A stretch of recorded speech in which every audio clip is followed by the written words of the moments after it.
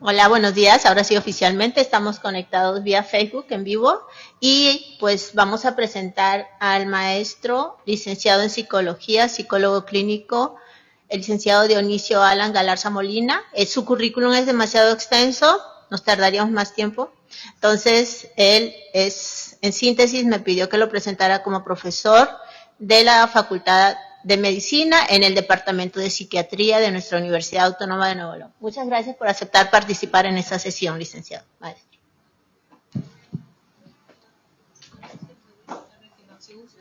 Perfecto. ¿Tendrán un botecito de agua? Sí. Si se me seca la boca. Acá. A ver si ya funciona eso. Ahí está. Gracias. Gracias, buenos días. Gracias por su paciencia. Es un gusto para mí estar con ustedes este día para hablar de la conexión entre el estrés y las enfermedades autoinmunes. Es un tema muy interesante que creo que puede ser de utilidad para aquellas personas que están atendiendo alguna cuestión, algún problema, alguna enfermedad relacionada con el sistema inmunológico, alguna enfermedad reumática, etcétera. Y lo que me propongo hacer el día de hoy es poder hacer una explicación primero de algo. Ahorita la doctora Janet preguntaba ¿quién no se ha estresado? Es una pregunta que la hacemos sabiendo que el estrés es parte de la vida, es parte de la experiencia del día a día de todas las personas. Estrés es una palabra que usamos mucho, es una palabra muy común, muy convencional, está en todos los memes, en todos los chistes, en todos lados, pero usualmente no nos detenemos a pensar en el significado específico de esa palabra. No es algo que, aunque es una palabra que usamos todos los días, muy comúnmente en la comunicación con otras personas, la usamos sin que en la mayoría de los casos tengamos una noción precisa y específica de qué quiere decir esa palabra. Entonces yo quiero empezar por ahí el día de hoy, explicando qué quiere decir esa palabra, qué quiere decir sentir estrés y qué quiere decir en términos de el impacto que puede tener en nuestro cuerpo y en nuestra mente.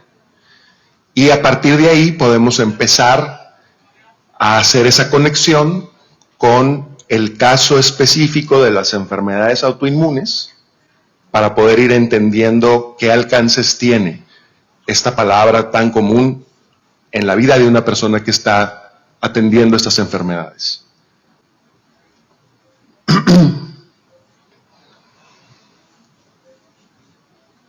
Entonces, pues la primera pregunta aquí importante es, ¿qué es el estrés? Y me gustaría si me pueden ayudar escuchándoles algunas respuestas que a ustedes se les puedan ocurrir. Para ustedes, ¿qué es estrés? ¿Qué es el estrés? ¿Quién me puede decir?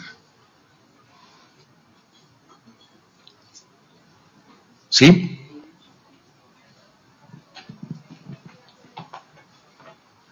Gracias, me llamo María Elena Mayoral y para mí el estrés pues es un estado que no es el pleno, que ya estoy alterada de alguna manera y se manifiesta pues en mi diario vivir de alguna forma, hasta de muchas.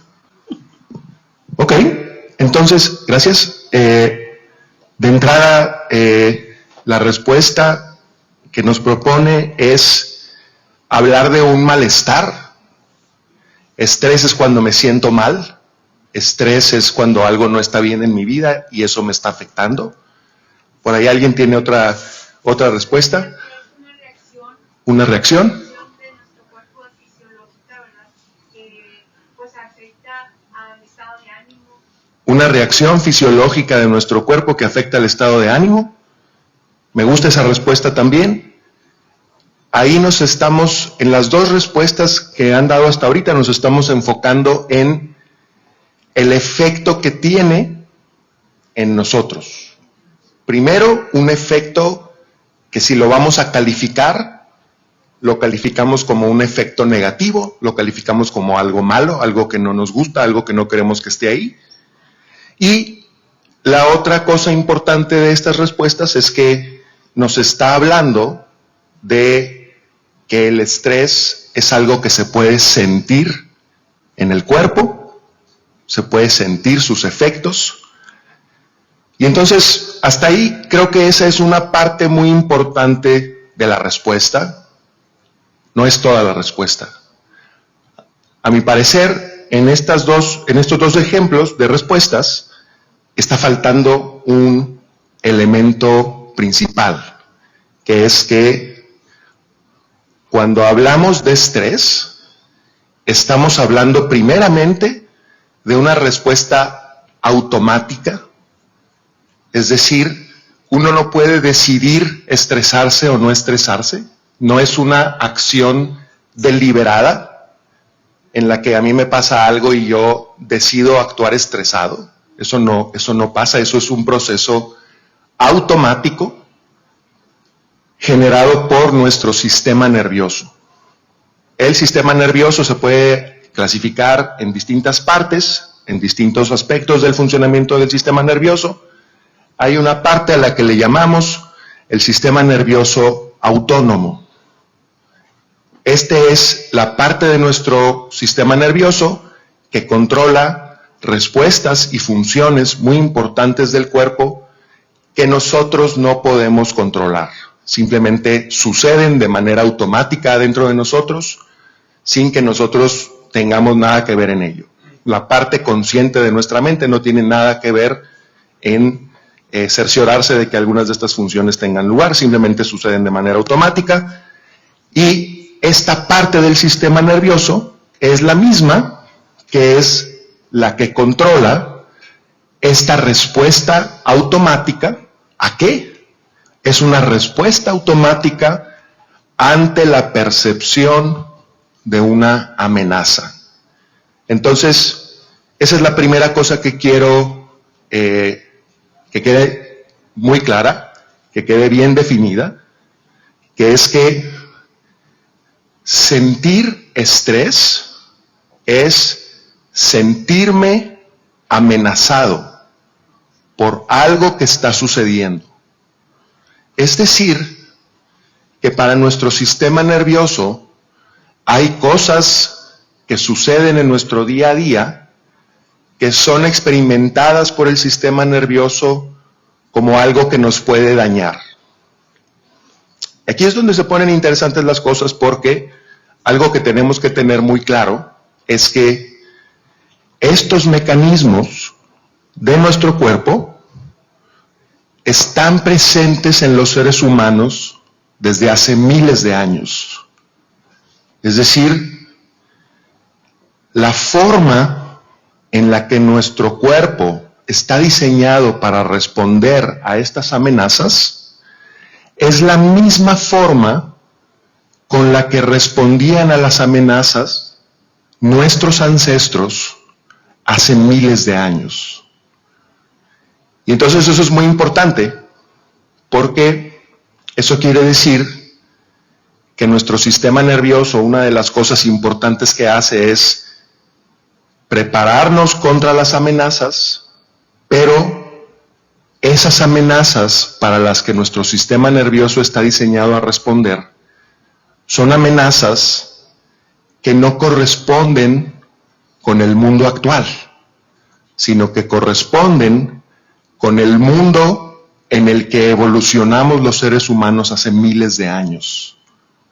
Y entonces hay diferencias muy importantes del mundo hace miles de años y el mundo moderno, que nuestro sistema nervioso no está equipado para comprender.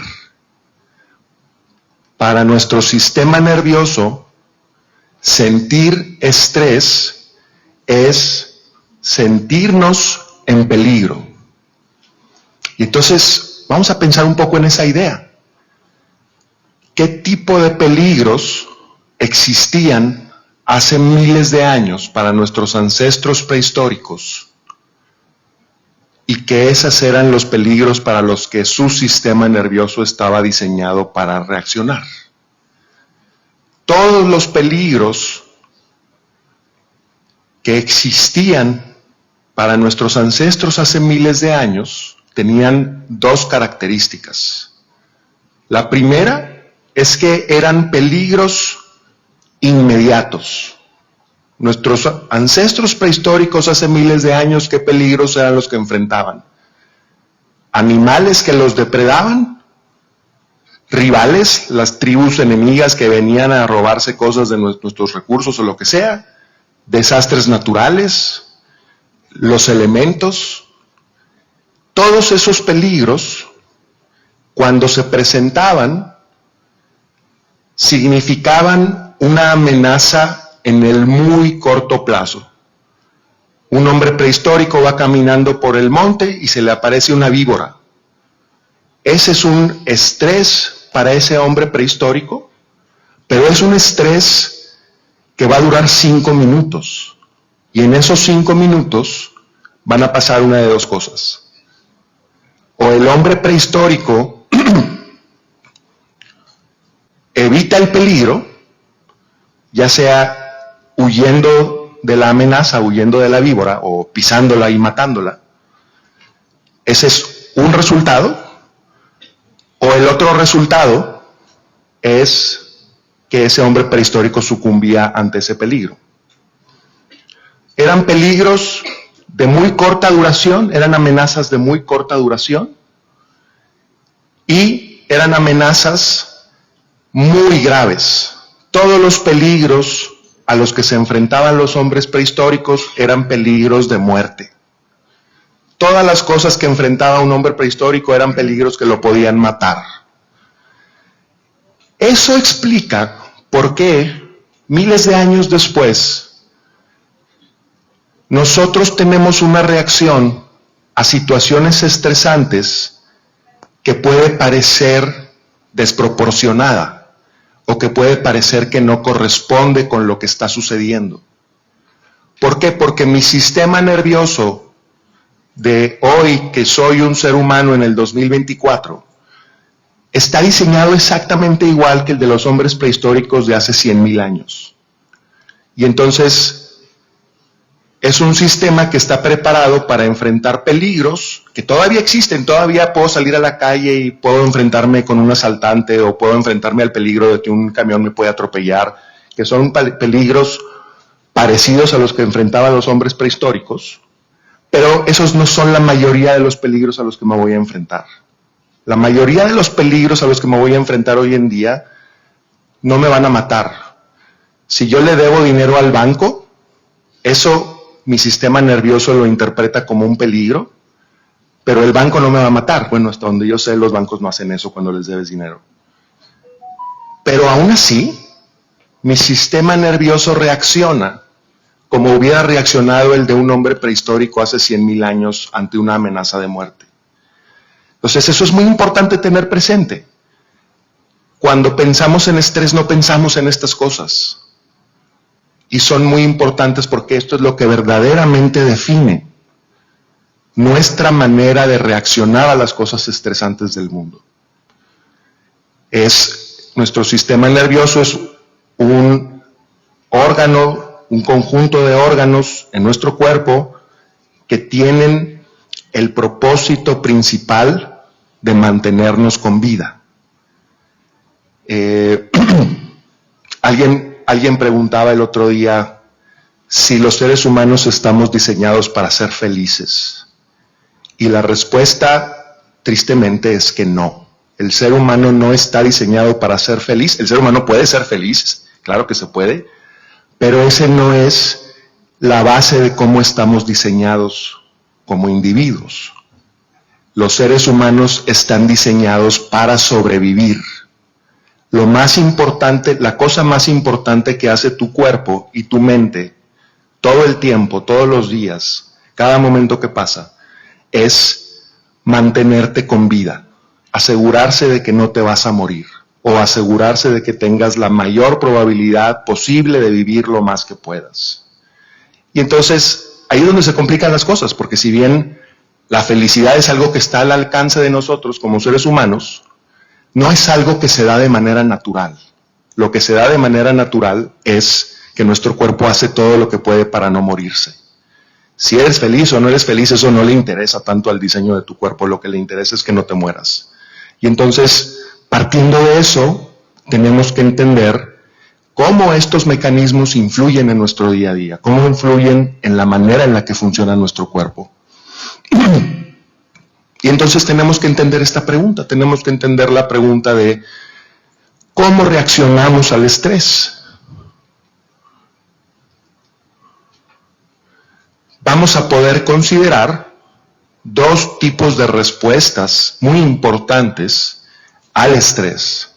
Una tiene que ver con nuestra neurobiología, es decir, con la manera en la que funciona nuestro sistema nervioso en su conjunto, el cerebro y todos los nervios que van por todo el cuerpo, y que entonces tenemos que entender que la manera en la que responde nuestro cuerpo al estrés es una manera en la que interpreta todas las cosas estresantes, desde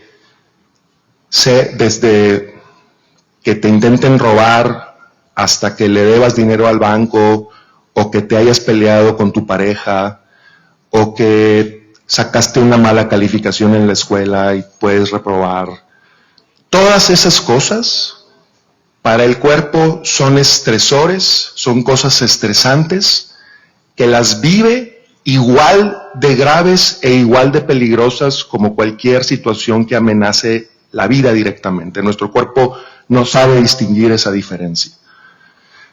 No sabe distinguir que aunque es un problema que tienes que resolver, si por ejemplo le debes dinero al banco, nuestro cuerpo no sabe distinguir los matices en los cuales esa deuda al banco es un problema que tienes que solucionar, pero que no está poniendo en peligro tu vida.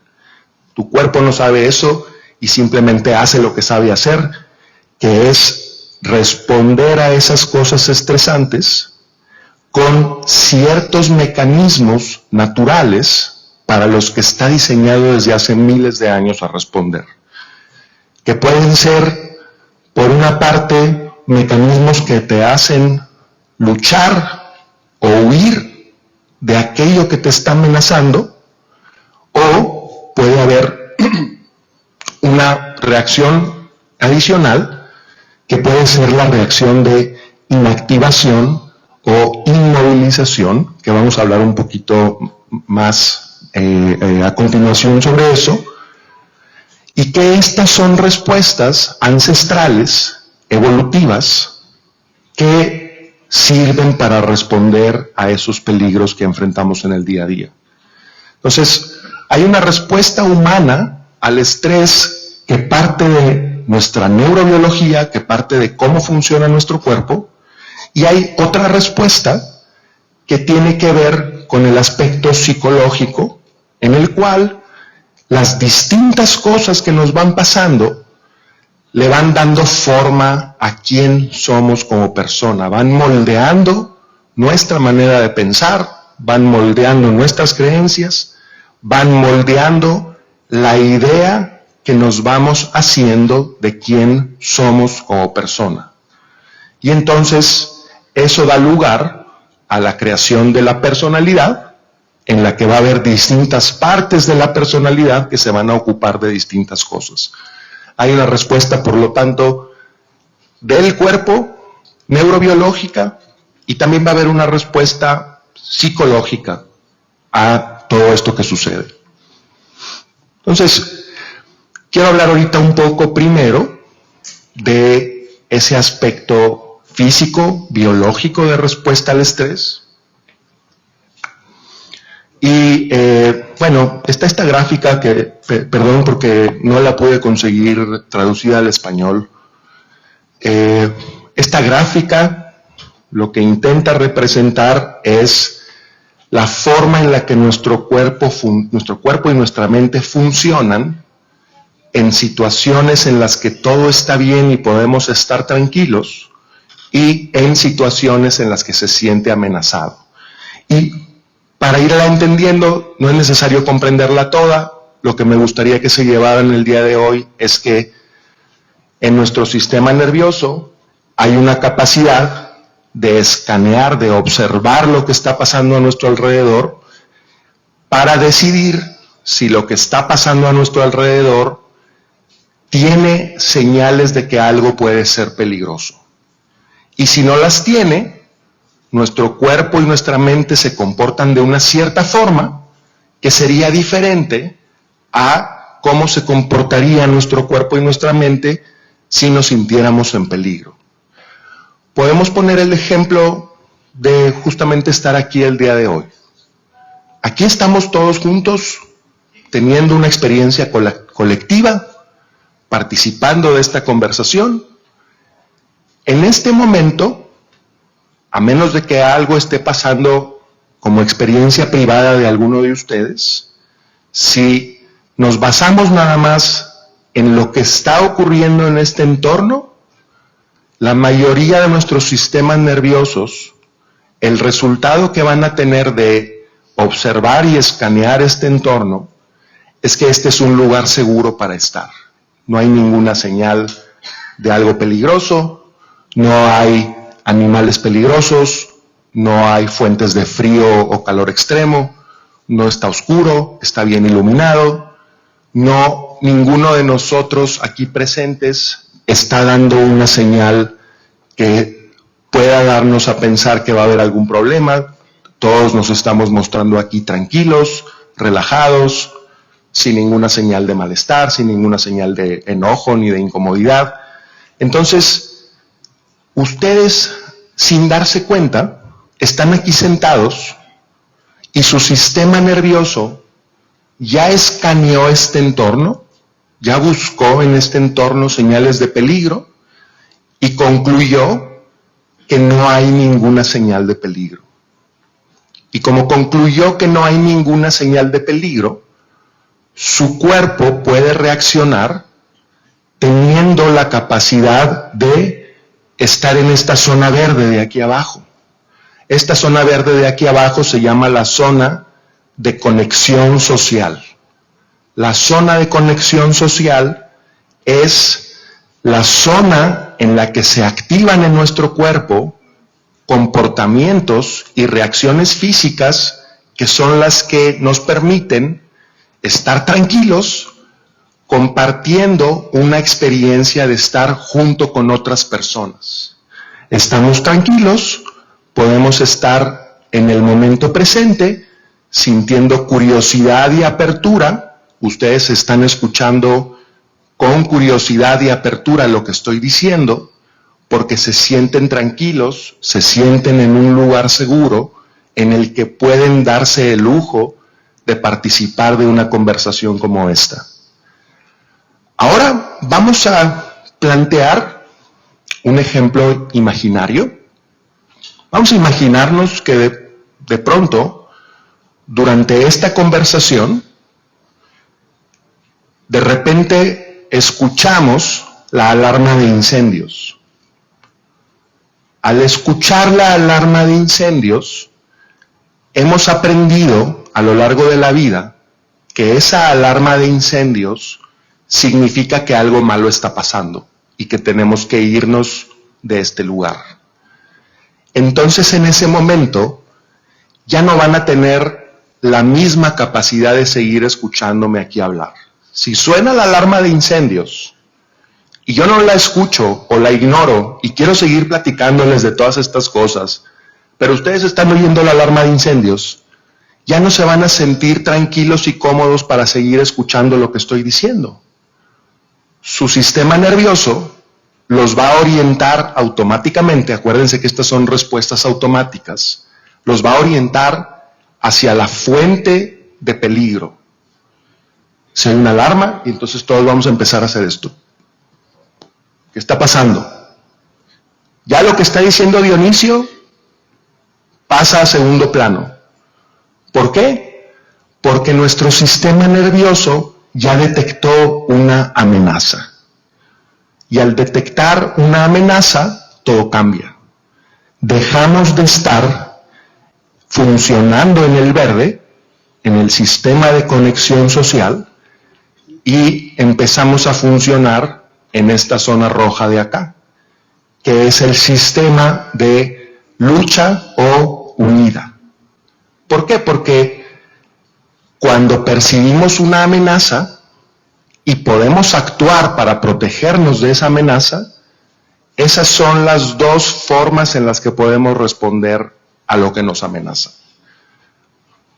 Peleándonos contra lo que nos amenaza, luchando contra ello para derrotarlo y evitar que nos haga daño, o escapar de lo que nos amenaza.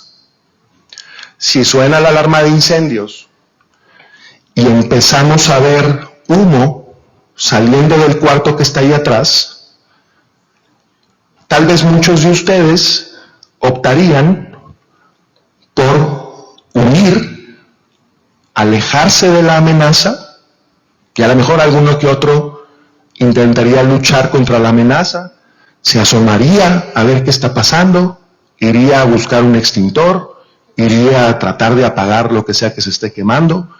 Uno que otro tal vez haría eso, la mayoría probablemente se pararía y se iría. Esas son las respuestas naturales que tenemos durante una situación estresante. Y todavía puede haber un tercer escenario en el cual, en algunos casos, algunas situaciones amenazantes nos plantean el reto de que no podemos escapar de lo que nos amenaza. Ese es un tercer escenario que puede ser muy complicado para cualquier individuo. Digamos, por ejemplo, cuando sucede un temblor y se cae una casa y alguien se queda atrapado debajo de los escombros, se siente amenazada esa persona, pero físicamente no se puede mover, no se puede escapar. Y entonces, cuando llegamos a estar en esa situación, se puede activar un tercer modo de responder a la amenaza, que es la respuesta de inmovilización. Congelamiento, le dicen en inglés, freeze.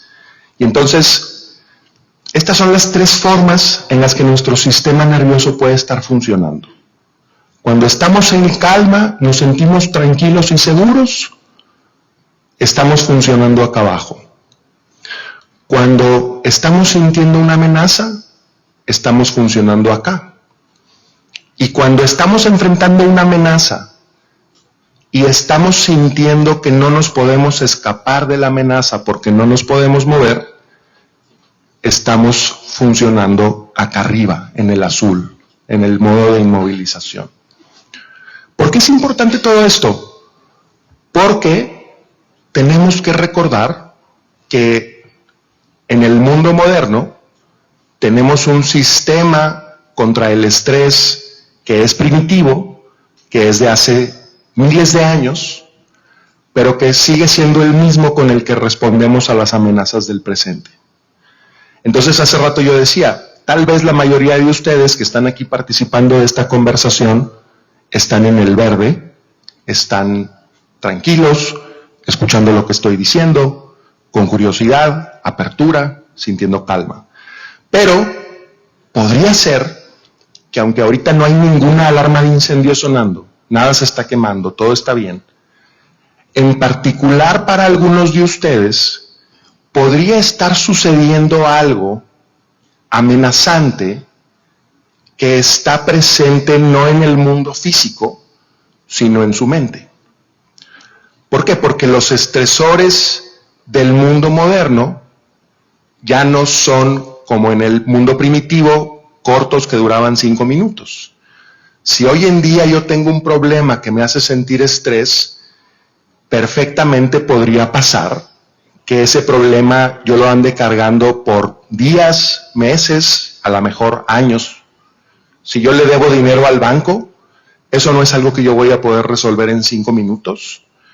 y más bien va a ser algo que con lo que yo voy a estar lidiando por muchos meses o tal vez años. Y entonces eso va a ser el equivalente de que en mi experiencia privada, yo en lo personal, me voy a sentir aquí, incluso si yo estoy sentado en un lugar seguro como este.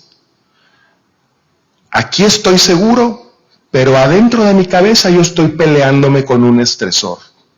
Le debo dinero al banco y ¿qué va a pasar? ¿Qué tal si no puedo pagar? ¿Me van a quitar las cosas? ¿Qué tal si esto? ¿Me van a mandar al buro de crédito? No sé qué.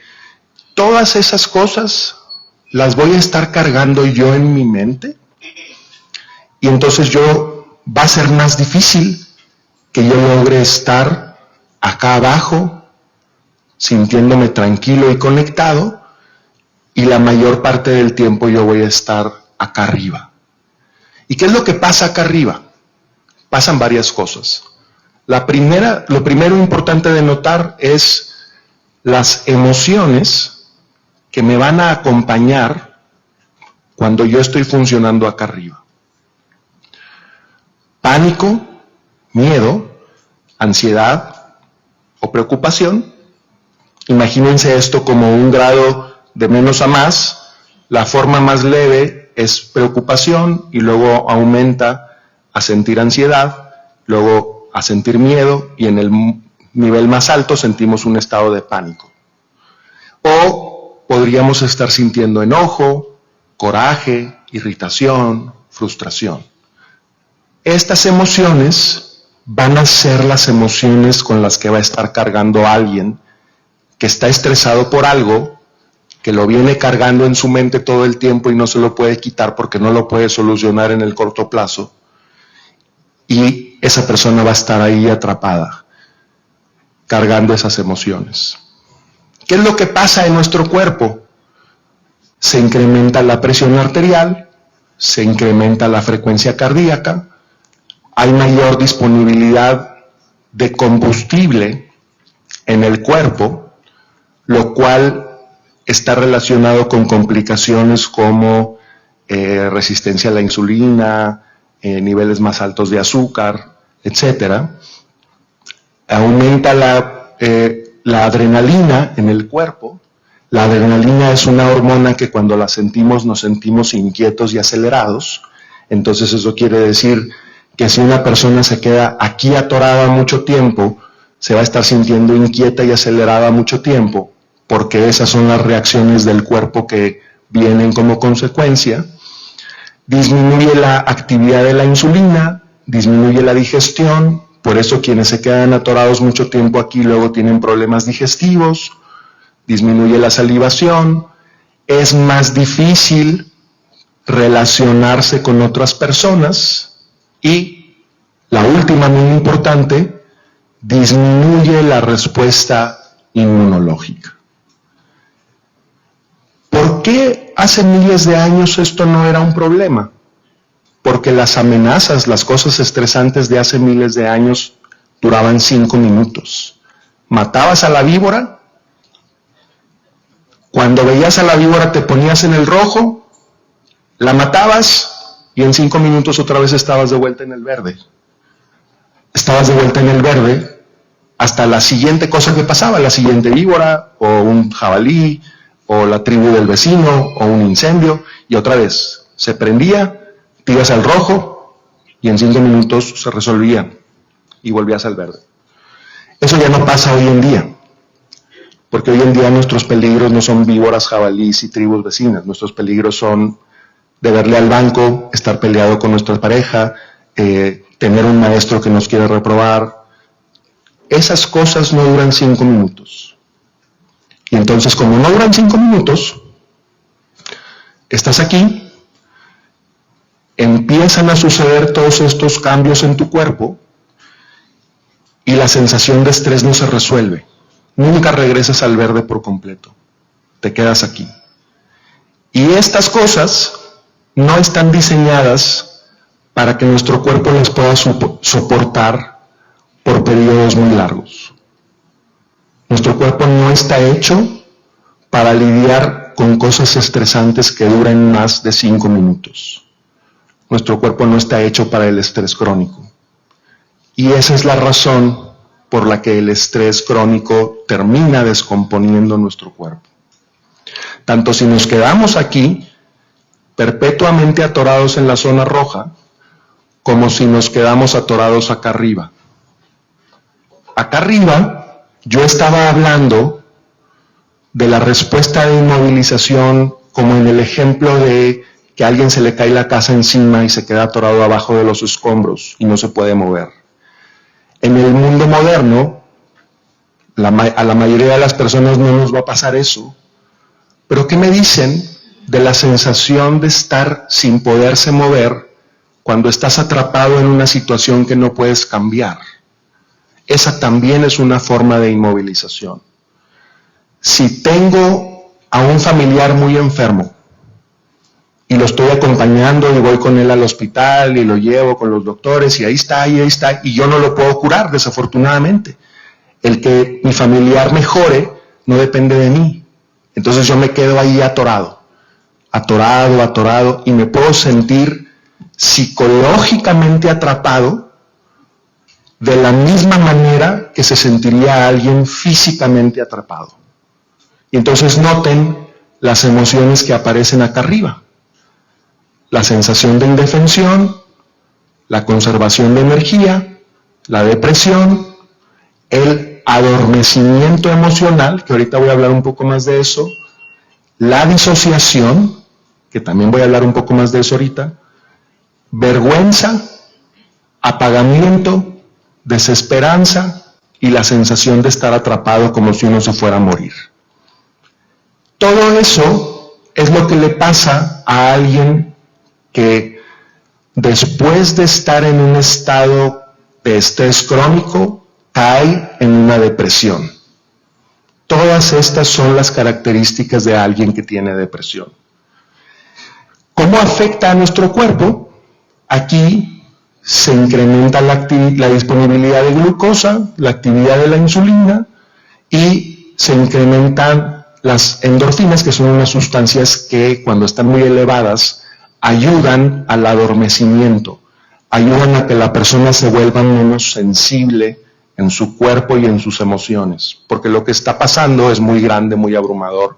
La persona se vuelve insensible, se desensibiliza. Y eso tiene una función de proteger, pero también puede tener consecuencias muy importantes. ¿Cómo voy de tiempo, doctora? Nos quedan 5 minutos. 5 minutos, vamos perfecto. Pero podemos a 10. 10 minutos. Me Me avisa cuando pasen 5 minutos más para cerrar con unos últimos 5 minutos, quedarnos 10 minutos más y luego ya ir a las preguntas. Bueno, o lo que diga el público. Bien. Les voy a mostrar esto, a ver si se alcanza a ver. No sé si lo voy a poder poner aquí. No veo dónde está. Es un videíto, pero no sé cómo ponerle play aquí. Aquí está, mire, ya lo encontré. A ver si se puede. Pues estaba grabado, no lo tenía que bajar de internet, pero no parece que se esté corriendo. Bueno, a lo mejor no se va a poder ver. Mira, a ver, pantalla, no. Se debió haber descargado, pero no sé si no se está pudiendo. Bueno, no importa. Les quería enseñar un ejemplo de la naturaleza de la respuesta de inmovilización. ¿Para qué sirve la respuesta de inmovilización? Aquí tenemos, no sé, a lo mejor no se aprecia muy bien, un depredador, una hiena que atrapó a una gacela. Luego lo buscan en internet, luego lo conseguimos. La hiena atrapó a esta gacela y la gacela se siente atrapada, siente que no puede escaparse de lo estresante que está viviendo. Y entonces automáticamente su sistema nervioso hace que se active la respuesta de inmovilización. La gacela parece que está muerta, se pone tiesa y se queda inmóvil y parece que está muerta. Lo siguiente que pasa en el video es que la hiena se distrae porque de este lado viene otra hiena y la hiena no quiere compartir su comida con la otra hiena. Entonces se empieza a pelear con la otra hiena. En ese momento, la gacela aprovecha la distracción, sale inmediatamente de la respuesta de inmovilización y se pela corriendo para el otro lado. Entonces, ese es el valor de la respuesta que tiene nuestro sistema nervioso de inmovilizarse. Es una última protección que tenemos cuando estamos abrumados por algo muy estresante. Sirve para que dejemos de sentir dolor. La gacela tirada ahí recibiendo mordidas de la hiena está adormecida y no siente tanto dolor, y eso le permite conservar energía para poder aprovechar la menor oportunidad para escapar, tener una última oportunidad de escapar. La evolución es algo maravilloso y nos dotó de todas estas cosas porque esta es la forma en la que por miles de años los seres humanos han podido sobrevivir. Es algo increíble, maravilloso. Yo, mientras más profundizo en el estudio de estas cosas, más me maravillo. Y al mismo tiempo, puede volverse en nuestra contra, porque el mundo en el que tenemos que vivir, navegando con todas estas capacidades, a veces no es compatible con estas cosas que naturalmente son parte de nuestro cuerpo. Nuestro mundo ya no compagina con lo que nuestro cuerpo está diseñado para hacer. Y eso es lo que nos puede causar problemas, ese desfase.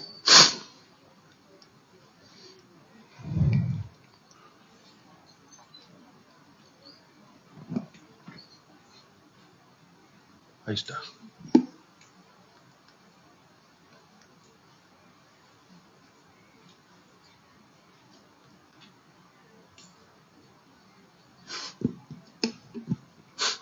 Entonces, podemos hablar, hablando de esas consecuencias, lo que tenemos que ver aquí es la forma en la que ciertas hormonas en nuestro cuerpo se empiezan a ver alteradas en su funcionamiento precisamente por ese desfase.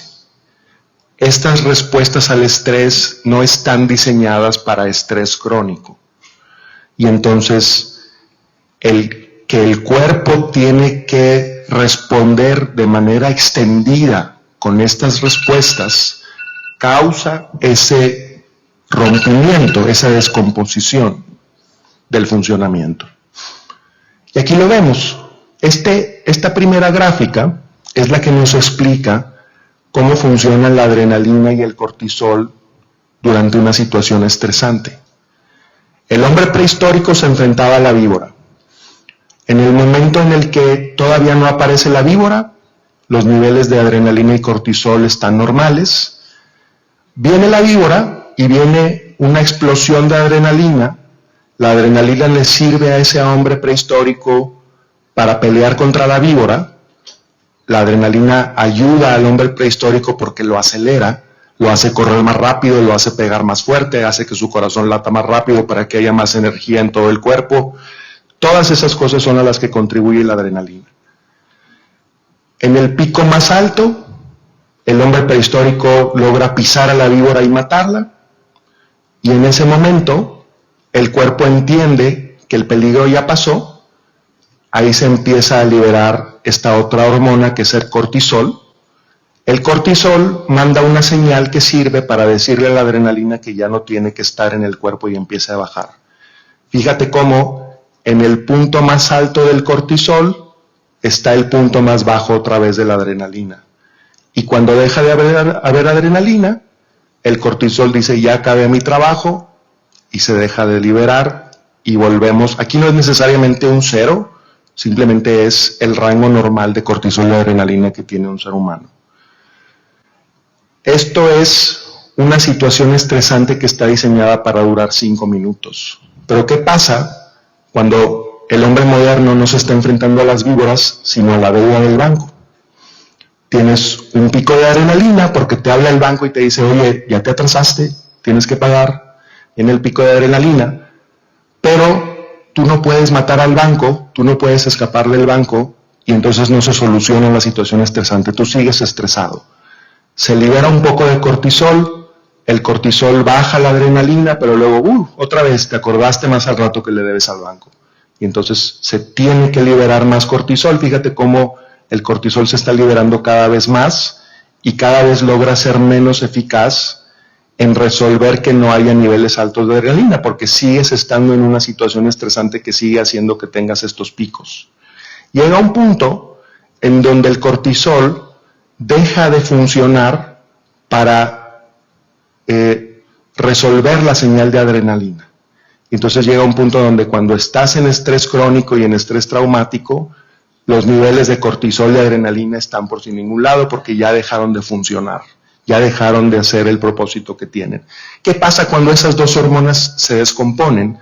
La teoría más actualizada al respecto de eso nos dice que eso crea una cascada de afectaciones a lo largo de todo el sistema de nuestro cuerpo. Esto termina afectando un conjunto de órganos que en el cuerpo se llaman el eje hipotalámico hipoficiario adrenal. Ese eje hipotalámico hipoficiario adrenal es un conjunto de nuestro cuerpo que controla, entre otras cosas, la función de nuestro sistema inmunológico. Cuando se descompone la función de nuestro sistema inmunológico, eso es lo que nos abre la puerta a tener enfermedades, tales como las enfermedades autoinmunes o otro tipo de enfermedades relacionadas con el sistema inmunológico, como lo es el cáncer, por ejemplo. Aquí vemos esta imagen, la publicaron hace unos años en la revista Science. Alguien estudió en ratones el efecto del estrés crónico en las células del cerebro, que son las neuronas. Esta es una foto tomada con un microscopio de una neurona y especialmente de la parte de la neurona que se llama las dendritas, que son estos hilitos que sí le sirven a la neurona para conectarse con otras neuronas y hacer conexiones en nuestro cerebro. Este es una foto de una neurona sana y esta es la foto de una neurona en un ratón que fue sometido a estrés crónico.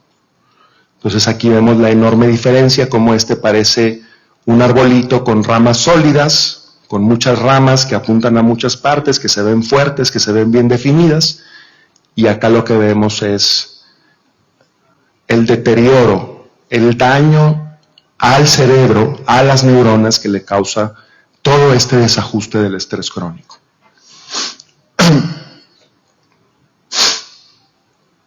Por último, tenemos que pensar en la parte psicológica del estrés, cómo el estrés termina ayudándonos a darle forma a quienes somos como personas.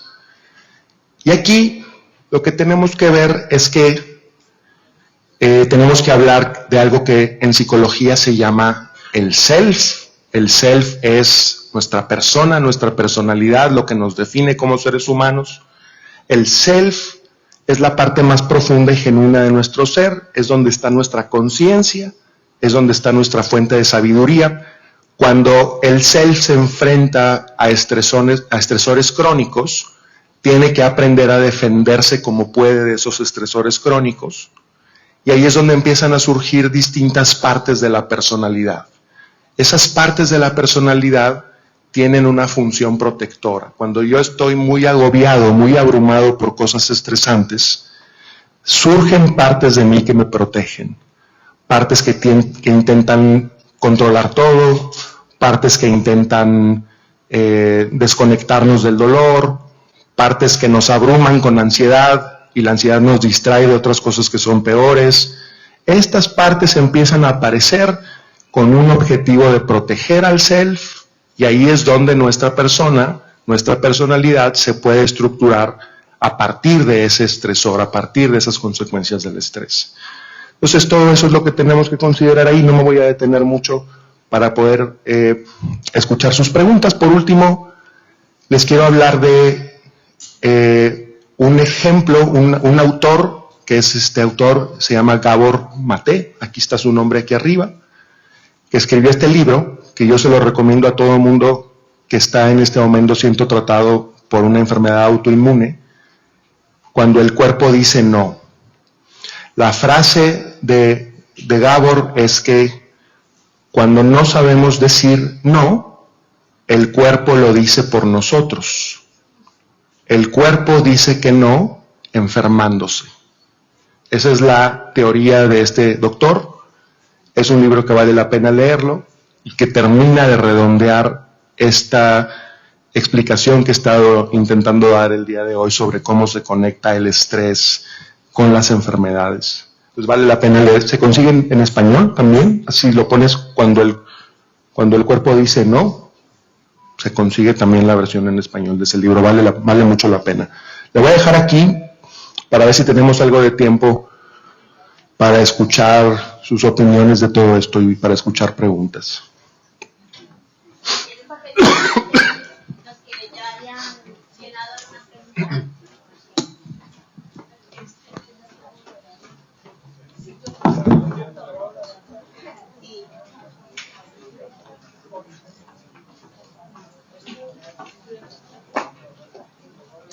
Pues, ¿qué les pareció? ¿Verdad? Maravilloso. Ahí se entiende todo. Que porque me duele esto, que porque me duele el otro, que porque tengo colitis, gastritis, todas las citis, porque tengo fibromialgia, porque se me empeoró la artritis, porque se me empeoró el lupus, etcétera, etcétera, etcétera. Y eso con una pastillita, pues, no se nos va a quitar, ¿verdad? ¿O qué?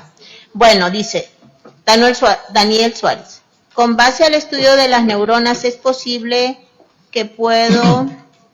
Yo la pregunto yo porque está... Sí. Ahorita que estaba poniendo el ejemplo de las neuronas, con el grupo de control de las ratas, ¿es posible que el estrés crónico te pueda desarrollar una patología mental como, no sé, esquizofrenia, bipolaridad, algo? Definitivamente sí. Las nuevas conceptualizaciones en salud mental apuntan, se están empezando a alejar de estas ideas, estas teorías anticuadas en la psiquiatría del desbalance químico que causaba las enfermedades mentales, o empieza a quitarle la importancia que tenía a la genética. Antes decían las enfermedades mentales son genéticas y por eso le pasan a la gente. Cada vez vamos entendiendo más que las enfermedades mentales son una de las muchas consecuencias adversas de que una persona está siendo sujeta a estrés crónico y no lo está pudiendo evitar. Entonces, definitivamente. Y ese estudio justamente sirve como referencia que explica eso, definitivamente. Otra pregunta es, ¿cómo no estar tanto en la cabeza? O sea, piensa en la zona roja o freeze que nos ayude a autorregularnos. Esa es la pregunta. No hay una respuesta genérica, no hay un truco de magia que yo les pueda decir, hagan esto y todo va a estar bien.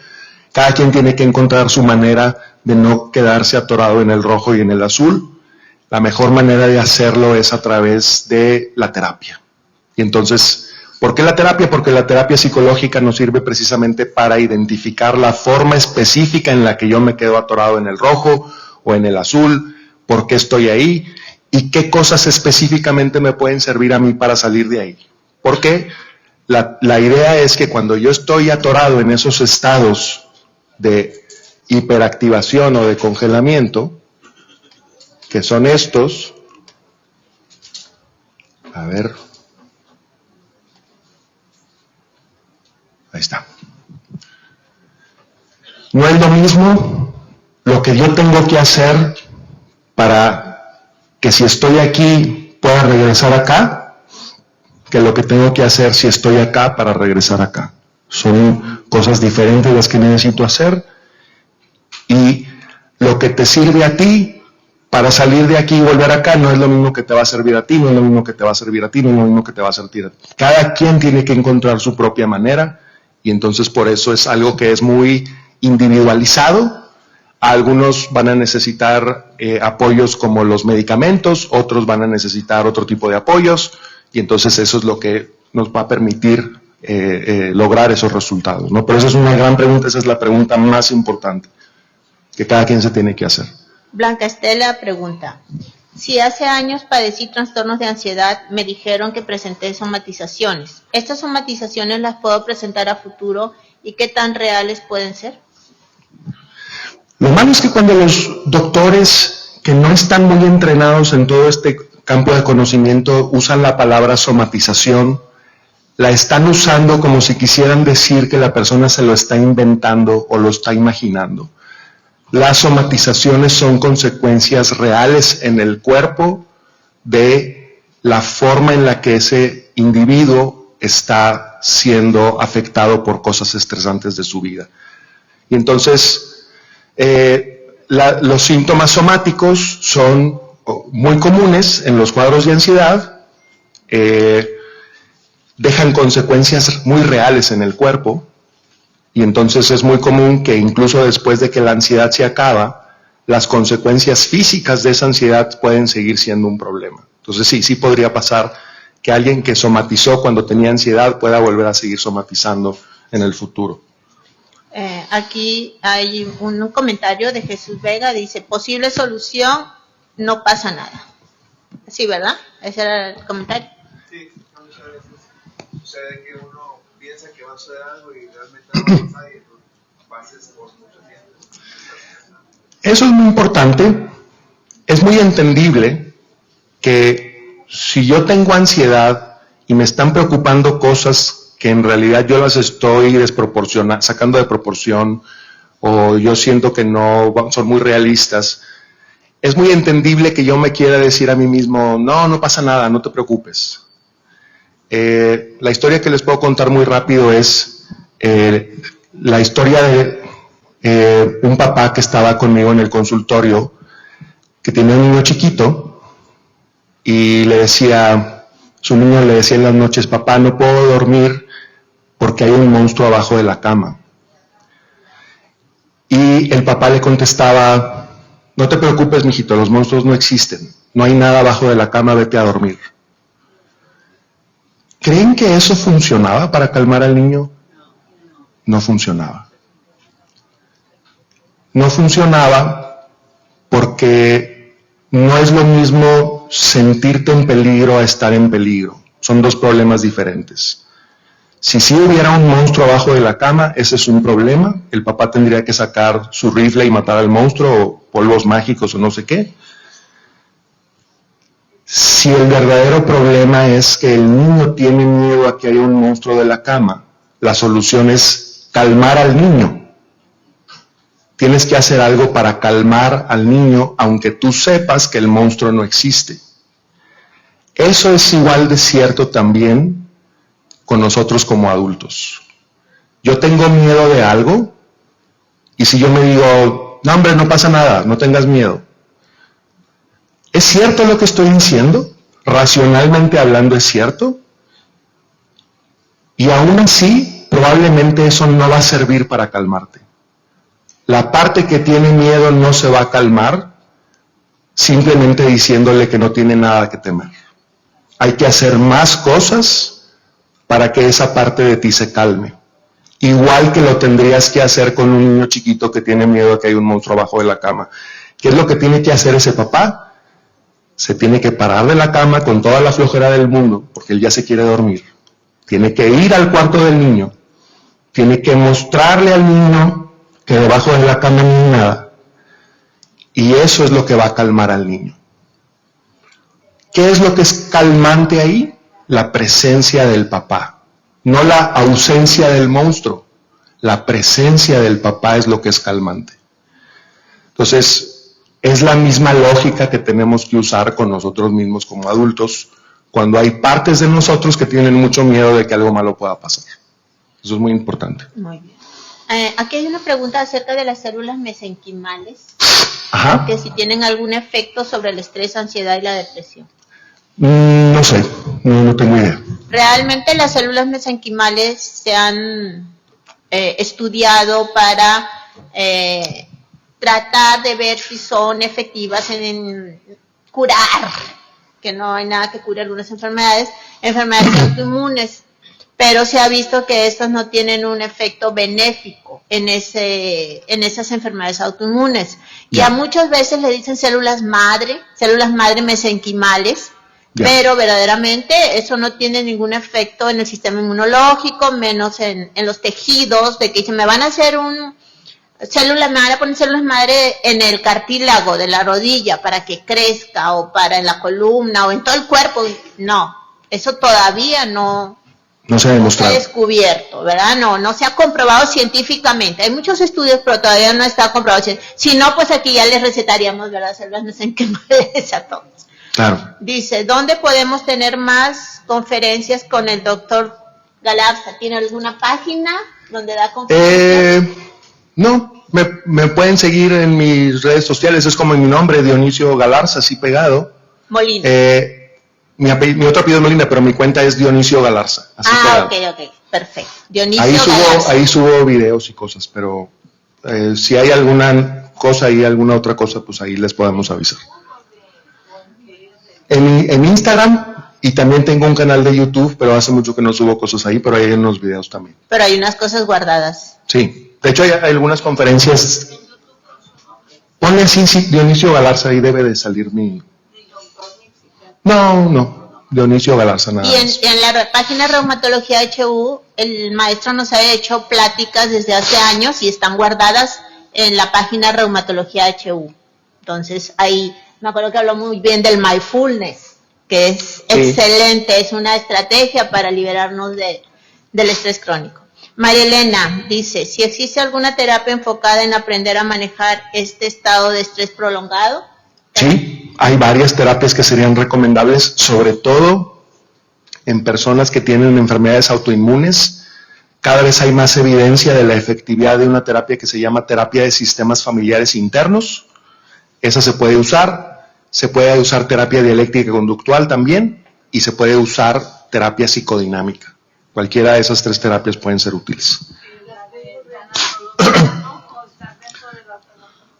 La tanatología se puede usar cuando, como consecuencia de padecer una enfermedad, hay algún tipo de duelo. La tanatología sirve para tratar duelos específicamente. Y es muy común que las personas con enfermedades como estas tengan algún duelo con respecto a su salud. Entonces también puede ser útil.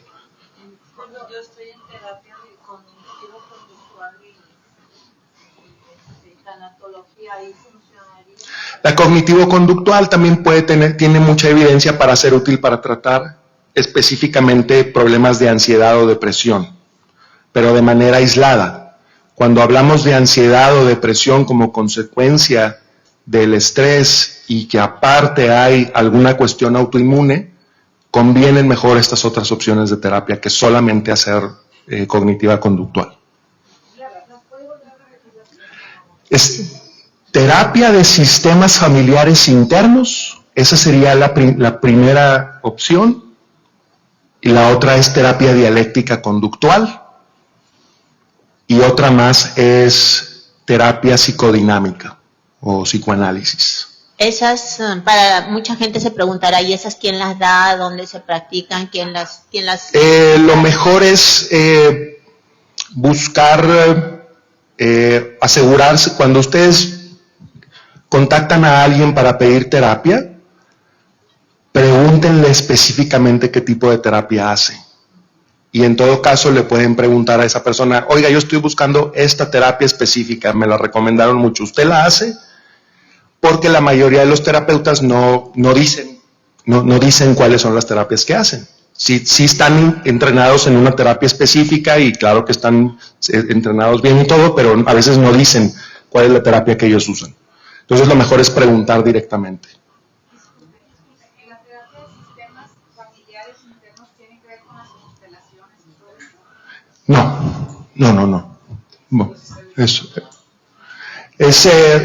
La terapia sistémica es otra cosa diferente.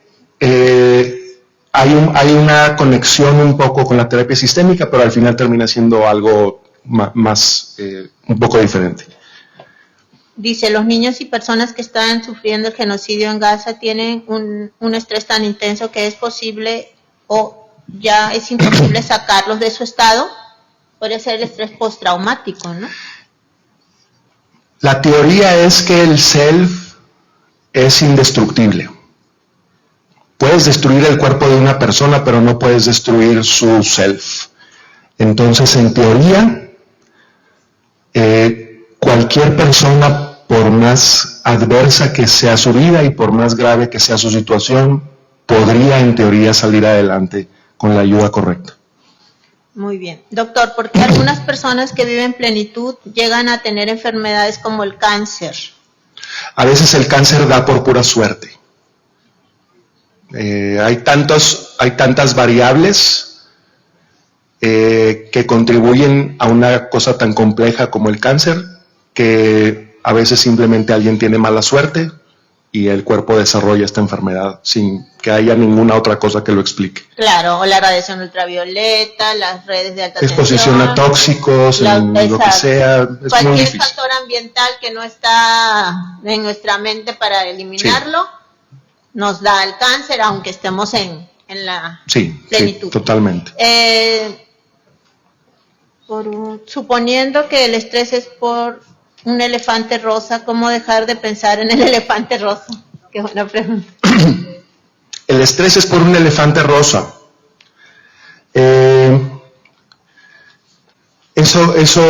Como yo lo traduzco, es que a veces puede haber cosas que nos estresan, que parecen ser totalmente descabelladas o fuera de lugar. Nuestra mente es muy sabia. Incluso las cosas que para nosotros parece que no tienen sentido y parece que no tienen razón de ser, podrían tener algo válido. Siempre puede haber algo válido en las cosas que nos dan miedo, incluso si es un elefante rosa. Y entonces ese es el truco, no quedarnos con la parte de, no hombre, esto no tiene nada que ver ni al caso, estás exagerando, no pienses en eso, no quedarse con esa parte, sino tratar de entender qué pedacito de lo que nos da miedo podría tener algo de válido. Ahí es donde vamos a poder salir adelante, no en lo inválido, sino en lo válido que puede haber en lo que nos da miedo, por más pequeñito que sea. Los elefantes rosas no existen y entonces es muy difícil validar eso, pero algo de válido puede haber, incluso en una experiencia que parece muy descabellada. ¿Cómo una persona con artritis o lupus puede prevenir una depresión crónica preocupada por su enfermedad a futuro? Ok, esa es una muy buena pregunta también. Nadie puede saber qué va a pasar en el futuro. Nadie puede controlar el futuro. Todos tenemos esa limitación en nuestra vida. Cualquiera de nosotros tiene que afrontar la posibilidad de que en el futuro algo malo va a pasar. Y uno no puede intentar vivir su vida tratando de controlar eso. Porque cuando tú tratas de controlar lo que en realidad no está en tu control, eso te hace sufrir más.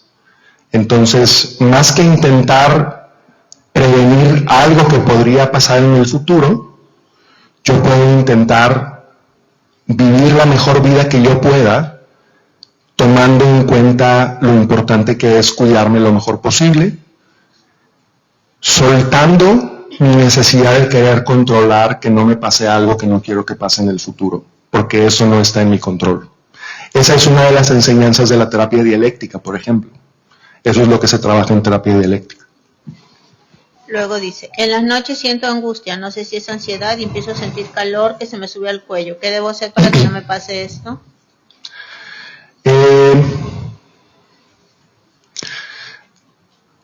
¿Qué puede hacer alguien en esa situación?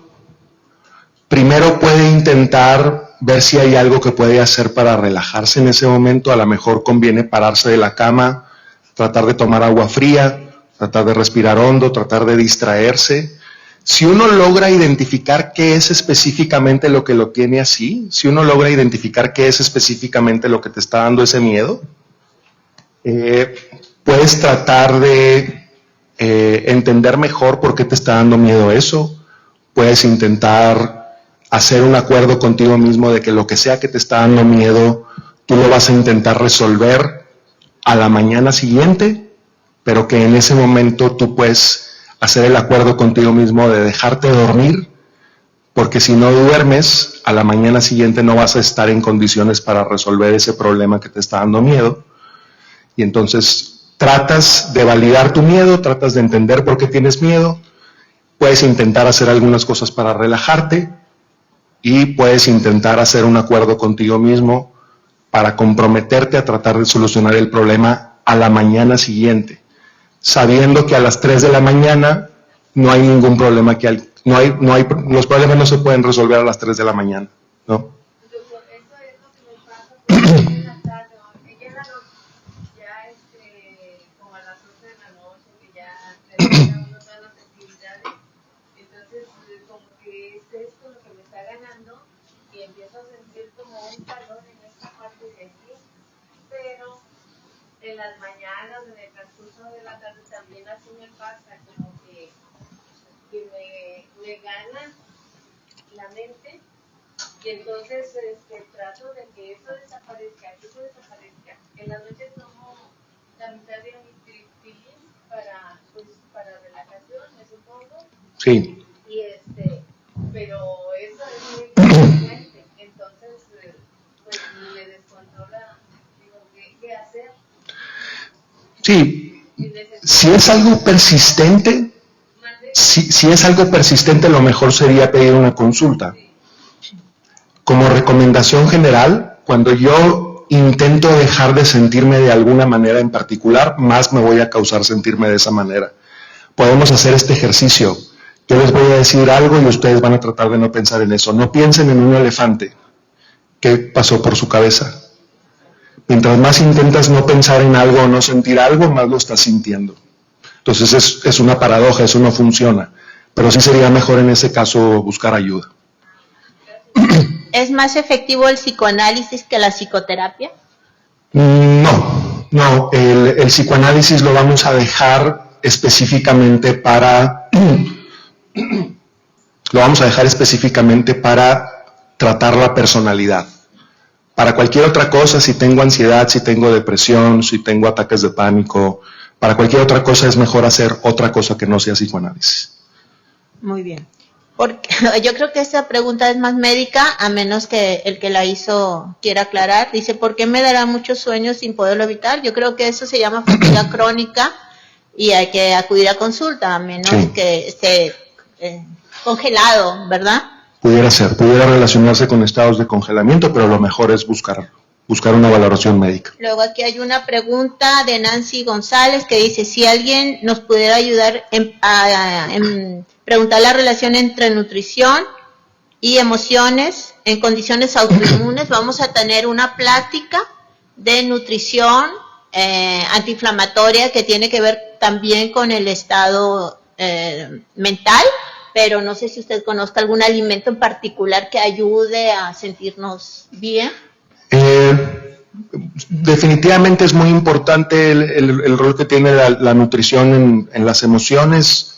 Lo que sabemos es cuáles son algunos de los alimentos que tienen efectos muy nocivos en el estado emocional, que pues, obviamente no va a ser sorpresa para nadie, la comida ultraprocesada y todas estas cosas. Pero qué bueno que vamos a tener también ahí una plática sobre eso para poder profundizar en ello. Bueno, pues terminamos con las preguntas. Le vamos a dar un enorme aplauso. Muchas gracias. Gracias a todos. Le vamos a entregar su constancia. Muchas gracias. Y vamos a proceder a la rifa. ¿Nos puede sacar con su mano santa? Ay, se cayó. Ah, bueno, eso. Este es el elegido. A ver, el elegido para una densitometría es el 9. Muy bien. ¿Quién es Berta? Ay, tú la tienes gratis en el suspe, muñeca. No, te la cambié por otra cosa. ¿Sí? Ah, ¿quieres que se vuelva? Ah, ok. Otro número.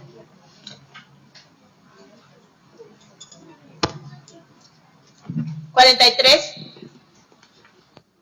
Muy bien. Ahorita va a pasar por su vale. El segundo, porque Bertita donó su Densi, porque yo te la hago, muñeca, aquí, por parte de tu servicio médico. 19. Muy bien. La segunda y el último. Última. Y nos vamos.